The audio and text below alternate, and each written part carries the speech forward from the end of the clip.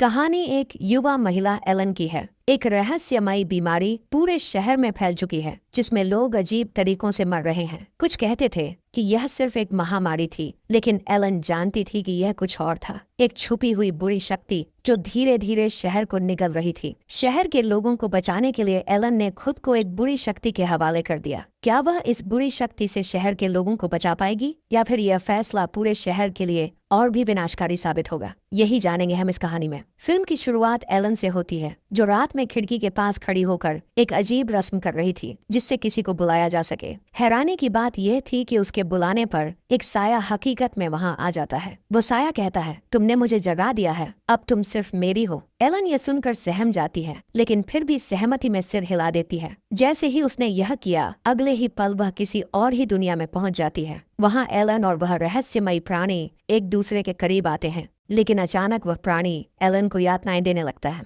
इससे पहले कि एलन उसकी तकलीफों से मर जाती, उसकी आंखें अपनी असली दुनिया में अपने बिस्तर पर खुल जाती हैं। अब कहानी यहाँ से आगे बढ़ती है। कई साल बाद हम एलन को उसके पति थॉमस के साथ देखते हैं। एलन ने हाल ही में शादी की है। उसका पति थॉमस एक रियल एस्टेट एजेंट है और आज उसे कंपनी की तरफ से ट्रांसिल्वेनिया जाने का आदेश मिला है। थॉमस को ट्रांसिल्वेनिया जाकर अपने क्लाइंट काउंट ऑरलॉक के लिए एक घर ढूंढना था। काउंट ऑरलॉक खुद ये काम नहीं कर सकता था, क्योंकि वह बहुत बूढ़ा था। एलन नहीं चाहती थी कि थॉमस उसे छोड़कर जाए, लेकिन मजबूरी थी। जाने से पहले थॉमस ने एलन को अपने दोस्त फ्रेडरिक के परिवार के पास छोड़ दिया। एलन ने थॉमस से कहा कि उसे इन दिनों बहुत डरावने सपने आते हैं और उसे महसूस होता है कि अगर थॉमस उससे दूर गया तो कुछ बहुत बुरा हो सकता है। थॉमस ने उसे समझाया कि यह सब सिर्फ उसका भ्रम है। एलन ने थॉमस को अपने बालों से बना एक लॉकेट दिया, ताकि उसे जल्दी लौटने की याद आती रहे। अब सीन बदलता है और हमें एक रहस्यमयी आदमी दिखता है। वह जमीन पर एक पेंटाग्राम बनाकर कई रोशनियां जलाकर कोई अजीब रस्म कर रहा है। यह आदमी कौन है और ऐसा क्यों कर रहा है, ये आगे पता चलेगा। खैर, अब थॉमस ट्रांसिल्वेनिया के करीब पहुंच गया था। जब उसने वहां के लोगों से काउंट ऑरलॉक के महल का रास्ता पूछा तो वे डर गए। सबने उसे सलाह दी कि वह काउंट ऑरलॉक के पास न जाए। वहां लोग उसका नाम तक लेना अशुभ मानते थे। रात में थॉमस उन्हीं लोगों के पास रुका। उसी रात अचानक उसकी नींद एक अजीब शोर से खुली। जब वह बाहर गया तो देखा कि कई लोग एक लड़की को घोड़े पर बिठाकर कहीं ले जा रहे थे। उस लड़की के शरीर पर कोई कपड़ा नहीं था। थोड़ी देर बाद लड़की घोड़े से उतरी और एक कब्र खोदने लगी। फिर उसने एक आदमी के दिल में खंजर घोंप दिया। खंजर लगते ही उस आदमी के मुंह से खून बहने लगा। थॉमस ये सब देख ही रहा था कि अचानक उसकी आंख खुल गई। तब उसे एहसास हुआ कि यह सिर्फ एक सपना था। अब जब वह पूरी तरह जाग गया था तो उसने अपना सफर फिर से जारी रखा, लेकिन बाहर जाकर उसने जो देखा वह बहुत अजीब था। पूरा गांव खाली पड़ा था। ये बात चौंकाने वाली थी कि एक ही रात में गांव के सभी लोग अचानक कहाँ गायब हो गए। थोड़ा आगे बढ़ने पर थॉमस का सामना एक तांगा गाड़ी से हुआ। शुक्र था कि वह इस हादसे से बच गया। उसने गौर किया कि दूर दूर तक और कोई नजर नहीं आ रहा था। ऐसा लग रहा था मानो ये तांगा उसे ही लेने आया हो। थॉमस बिना कोई सवाल किए तांगे में बैठ गया, लेकिन तांगे में बैठते ही उसकी तबीयत खराब होने लगी। फिर भी वह किसी भी हाल में अपने क्लाइंट से मिलने के लिए आगे बढ़ता रहा। आखिरकार वह काउंट ऑरलॉक के महल में पहुंच ही गया। यहाँ हर तरफ घना अंधेरा था, जिससे थॉमस को डर लगने लगा। सामने खड़ा काउंट ऑरलॉक भी बेहद डरावना दिख रहा था। इस समय हमें काउंट ऑरलॉक की झलक नहीं दिखाई जाती, लेकिन थॉमस के चेहरे के भाव साफ बता रहे थे कि वह उसे डर रहा है। काउंट ऑरलॉक ने ठंडी आवाज में कहा, तुम बहुत देर से आए हो, ये बात मुझे पसंद नहीं आई। फिर उसने चेतावनी देते हुए कहा, आज के बाद तुम मुझे काउंट ऑरलॉक नहीं बल्कि माय लॉर्ड कहोगे। इसके बाद काउंट ऑरलॉक ने थॉमस को खाने के लिए कुछ पेश किया। डरते डरते थॉमस ने जब ब्रेड काटनी शुरू की तो गलती से उसकी उंगली कट गई। जैसे ही खून निकला, काउंट ऑरलॉक ने तुरंत थॉमस का हाथ पकड़ लिया और कहा, मैं तुम्हारी पट्टी कर देता हूँ। उसकी आवाज में कुछ अजीब सा था और तभी अचानक थॉमस बेहोश हो गया। कुछ देर बाद जब थॉमस को होश आया तो महल पूरी तरह खाली था। काउंट ऑरलॉक कहीं नहीं दिख रहा था। ये देखकर थॉमस और ज्यादा घबरा गया। तभी काउंट ऑरलॉक अचानक उसके सामने एक कॉन्ट्रैक्ट लेकर आ गया। थॉमस ने कागज को गौर से देखा, लेकिन यह किसी अनजानी भाषा में लिखा था, जिसे वह समझ नहीं सका। काउंट ऑरलॉक ने बताया, यह हमारी पारंपरिक भाषा है। इस कॉन्ट्रैक्ट में बस इतना लिखा है कि मैं तुम्हारी कंपनी के जरिए एक घर खरीद रहा हूँ। तुम्हें बस इस पर साइन करना है। थॉमस को इस माहौल से अजीब एहसास हो रहा था, लेकिन यह उसकी नौकरी का हिस्सा था। मजबूरन उसने कॉन्ट्रैक्ट पर साइन कर दिया। थॉमस को कॉन्ट्रैक्ट पर सिर्फ अपना नाम और नोस्फेरातु नाम समझ आया। नोस्फेरातु असल में काउंट ऑरलॉक का दूसरा नाम था, लेकिन कॉन्ट्रैक्ट में यह नाम क्यों लिखा था, इसका राज आगे खुलने वाला था। जब थॉमस ने कॉन्ट्रैक्ट पर साइन कर दिया तो नोसफेरातु यानी काउंट ऑरलॉक ने उससे उसका लॉकेट मांगा। इस लॉकेट में एलन के बाल थे। थॉमस को लगा कि वह बस इसे देखकर वापस कर देगा, लेकिन काउंट ऑरलॉक ने लॉकेट लौटाने से इनकार कर दिया। कुछ देर गुजर गई तो थॉमस ने दोबारा अपना लॉकेट मांगा और साथ ही यहाँ से जाने की इजाजत भी मांगी, लेकिन तभी अचानक उसकी आंख खुल गई। उसे समझ ही नहीं आया कि यह सब हकीकत थी या सपना। जो भी हुआ था वह असल था या बस उसका भ्रम। सबसे डरावनी बात यह थी कि उसकी बॉडी पर किसी के दांतों से काटे जाने के निशान थे। यह देखकर वह और भी ज्यादा घबरा गया। दूसरी तरफ नोसफेरातु को दिखाया जाता है, जो लॉकेट को हाथ में लिए किसी अजीबोगरीब भाषा में कुछ बोल रहा था। वह बार बार एलन का नाम ले रहा था। इसका असर समुद्र के उस पार एलन पर भी पड़ रहा था। वह किसी अनजानी ताकत से ग्रसित होने लगी थी। इसके बाद काउंट ऑरलॉक दोबारा थॉमस के पास आता है। वह उसे बेहोश कर देता है और फिर उसके गले में दांत गड़ाकर उसका खून पीने लगता है। यहीं पर रहस्य खुल जाता है। काउंट ऑरलॉक असल में एक ड्रैकुला था, एक भयानक वैम्पायर। दूसरी तरफ एलन को नोसफेरातु यानी ड्रैकुला ने अपनी शक्तियों से पूरी तरह वश में कर लिया था। उसकी बिगड़ती हालत देखकर थॉमस के दोस्त की फैमिली बहुत परेशान हो गई। उन्होंने तुरंत डॉक्टर को बुलाया। डॉक्टर ने एलन का पूरा चेकअप किया, लेकिन उसे कोई शारीरिक बीमारी नहीं मिली। उसे लगा कि शायद एलन किसी मानसिक बीमारी से पीड़ित है। कुछ समय बाद जब एलन होश में आई तो वह बहुत बेचैन हो गई। उसे सबसे ज्यादा चिंता इस बात की थी कि थॉमस कैसा होगा। थॉमस को गए हुए काफी समय हो चुका था, लेकिन उसने अब तक कोई खत भी नहीं लिखा था। थॉमस इस समय अपनी जान बचाने की कोशिश कर रहा था। जैसे ही नोसफेरातु की नजर उस पर से हटी, थॉमस ने महल से भागने की कोशिश की। अब सीन कट होकर उस डॉक्टर को दिखाया जाता है जो एलन का इलाज कर रहा था। इसी दौरान उसे एक और मरीज का इलाज करते दिखाया जाता है। ये वही आदमी था जिसे हमने फिल्म की शुरुआत में एक अजीब रिचुअल करते देखा था। उसने अपने कमरे में अजीबोगरीब चित्र बना रखे थे। वह भी किसी बुरी शक्ति के कब्जे में था। डॉक्टर फ्रेडरिक से उसने कांपती आवाज में कहा, मेरा लॉर्ड काउंट ऑरलॉक है। ये कहते ही उसने डॉक्टर पर हमला कर दिया, मानो वह उसका खून पीना चाहता हो। अब यह साफ हो गया कि वह आदमी काउंट ऑरलॉक का एक गुलाम था। उसका काम था इंसानों का खून जमा करना, ताकि ड्रैकुला जब वहां पहुंचे तो उसके पास पहले से खून का भंडार हो। इसके बाद सीन कट होता है और हमें थॉमस को दिखाया जाता है। कुछ स्थानीय लोग उसे रेस्क्यू करते हैं। थॉमस को बचाने वाले स्थानीय लोगों ने जब उसके जिस्म पर पड़े गहरे जख्मों और दांतों के निशान देखे तो उन्हें तुरंत समझ आ गया कि इसके पीछे कोई और नहीं बल्कि नोसफेरातु है। उन्होंने तुरंत थॉमस का इलाज शुरू कर दिया। इलाज के बाद जब थॉमस को होश आया तो वह तेजी से उठकर खड़ा हो गया, लेकिन उसे अपने दिल में कुछ अजीब महसूस हो रहा था। थॉमस को अब जल्दी से जल्दी एलन से मिलना था। हालांकि वहां के लोगों ने उसे आराम करने के लिए कहा, मगर थॉमस बीमारी की हालत में ही चल पड़ा। अब दूसरी तरफ काउंट ऑरलॉक भी अपने कॉफिन में बंद होकर थॉमस के शहर की ओर रवानगी कर चुका था, लेकिन यह सफर करते समय वह कुछ अजीब मंत्र पढ़ रहा था और दूसरी तरफ दूर बैठी एलन को यह मंत्र साफ सुनाई दे रहे थे। इधर वह आदमी जो काउंट ऑरलॉक की पूजा करता था, उसे भी एहसास हो गया कि उसका लॉर्ड अब रास्ते में है। अब हमें थॉमस के शहर की ओर जाने वाला एक जहाज दिखाया जाता है। इस जहाज में हजारों चूहों ने तबाही मचा दी थी। ये वही डरावनी तबाही थी जो अब जल्द ही थॉमस के शहर तक फैलने वाली थी, क्योंकि जहां भी काउंट ऑरलॉक जाता है वहां पर प्लेग यानी महामारी और बीमारी अपने साथ लेकर आता है। अब जहाज के अंदर चूहे एक एक करके सभी यात्रियों और क्रू मेंबर्स को मारने लगे। इसी दौरान एक आदमी समझ गया कि ये चूहे दरअसल काउंट ऑरलॉक के कॉफिन से निकल रहे हैं। वह तेजी से भागकर काउंट ऑरलॉक के कॉफिन के पास पहुंचा और उसे मारने की कोशिश की, लेकिन जैसे ही उसने कॉफिन खोला, काउंट ऑरलॉक अचानक जाग उठा और उसने उस आदमी को ही पकड़कर मार डाला।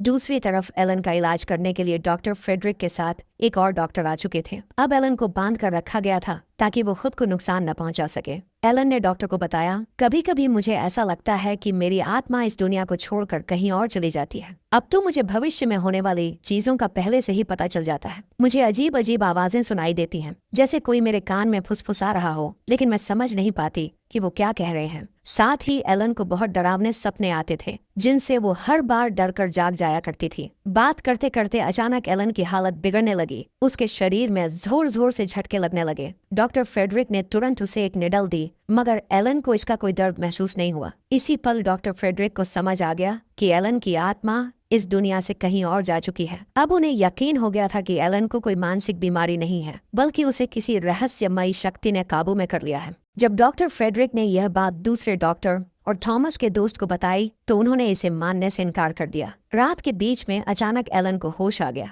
जागते ही वो तेजी से दरवाजे की तरफ दौड़ी और दरवाजा खोल दिया, लेकिन दरवाजे के बाहर उसने जो देखा उससे उसका दिल दहल गया। वहाँ थॉमस बेहोश पड़ा हुआ था। ठीक इसी समय काउंट ऑरलॉक की खस्ताहाल जहाज शहर के पोर्ट पर आ चुकी थी। जैसे ही जहाज रुकी, सैकड़ों चूहे उसमें से निकलकर पूरे शहर में फैल गए। अब महामारी और खौफ का साया पूरे शहर पर मंडराने लगा था। वहीं वह आदमी जो काउंट ऑरलॉक की पूजा करता था, वह भी अपने सेल से भागकर अपने लॉर्ड यानी काउंट ऑरलॉक से मिलने के लिए दौड़ पड़ा। अब दूसरी तरफ थॉमस का दोस्त और डॉक्टर फ्रेडरिक उसके इलाज में जुट चुके थे, लेकिन शहर की हालत दिन ब दिन बिगड़ती जा रही थी। चूहे पूरे शहर में बीमारी फैला चुके थे, लोग मर रहे थे, खाने पीने की कमी हो चुकी थी और हर तरफ भय का माहौल था। अब हमें काउंट ऑरलॉक और उसके गुलाम की बातचीत सुनाई देती है। काउंट ऑरलॉक ने कहा, मैं एलन को जबरदस्ती अपने साथ नहीं ले जा सकता। मुझे ऐसा करना होगा कि एलन खुद मेरे साथ चलने के लिए तैयार हो जाए। उसका गुलाम सिर झुकाकर बोला, जैसा आपका हुक्म नोसफेरातो।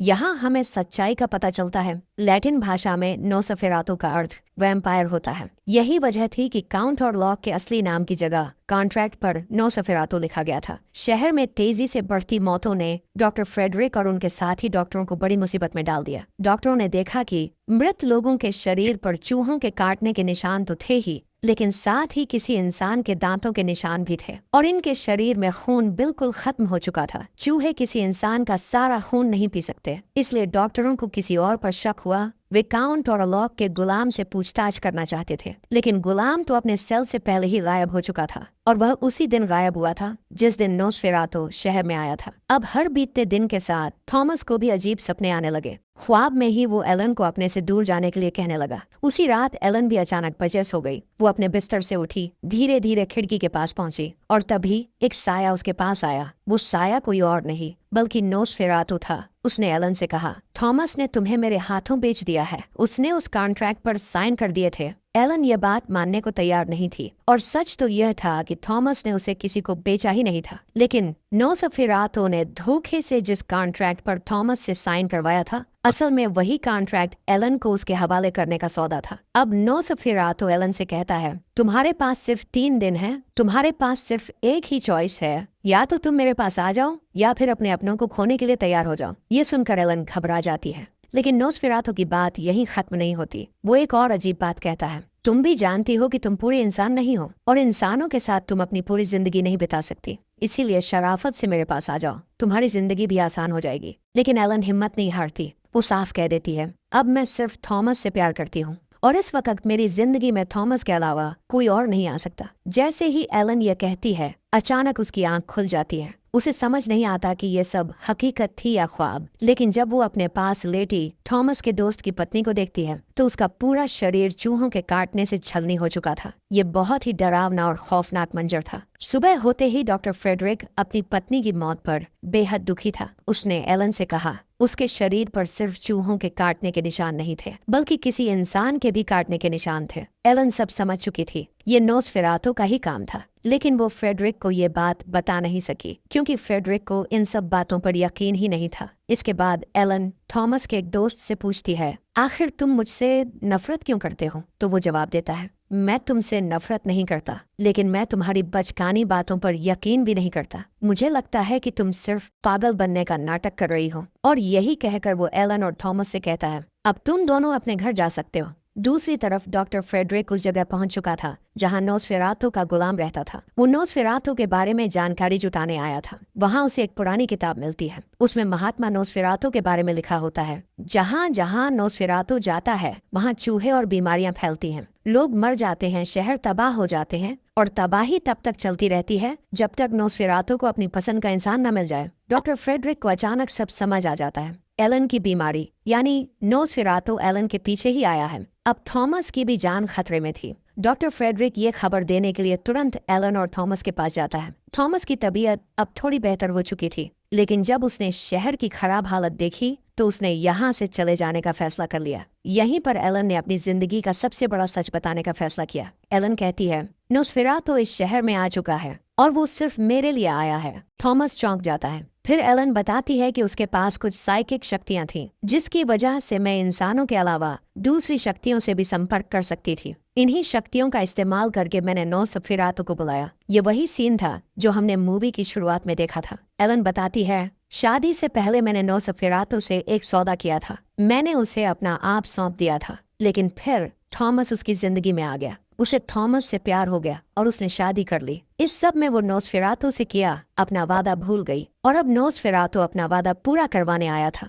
ये सब बताते ही एलन की तबीयत अचानक बिगड़ने लगती है। उसका शरीर कांपने लगता है, उसकी आंखें ऊपर की तरफ मुड़ जाती हैं। वो पूरी तरह किसी ताकत के कब्जे में आ चुकी थी, लेकिन थॉमस ने उसे अकेला नहीं छोड़ा। उसने एलन को कसकर गले लगा लिया और वादा किया, मैं तुम्हें कभी नहीं छोड़ूंगा। और यही ये दोनों देर तक एक दूसरे के साथ रहते हैं। दूसरी तरफ डॉक्टर फ्रेडरिक नोसफेरातो को खत्म करने की खोज में लगे हुए थे, लेकिन उन्हें पता चलता है कि नोसफेरातो को खत्म करने का सिर्फ एक ही तरीका है, और वो है एलन। यानी एलन के अलावा कोई भी नोसफेरातो को नहीं मार सकता। अगले दिन खबर मिलती है कि थॉमस के दोस्त की वाइफ और उनके बच्चे भी मर चुके हैं, वो भी उसी बीमारी की वजह से जो पूरे शहर में फैल चुकी थी। उनके अंतिम संस्कार पर थॉमस और एलन दोनों आते हैं। यहीं पर डॉक्टर फ्रेडरिक थॉमस से कहते हैं, अब वक्त आ गया है नोसफेरातो को खत्म करने का। वे एक प्लान बनाते हैं। दिन के समय नोसफेरातो का कॉफिन खोलकर उसके दिल में स्टेक, लकड़ी की कील घोंप दी जाए। इसके बाद डॉक्टर फ्रेडरिक एलन से भी मिलते हैं। उन्हें पता था कि नोसफेरातो को हराने में एलन का बहुत बड़ा रोल होगा।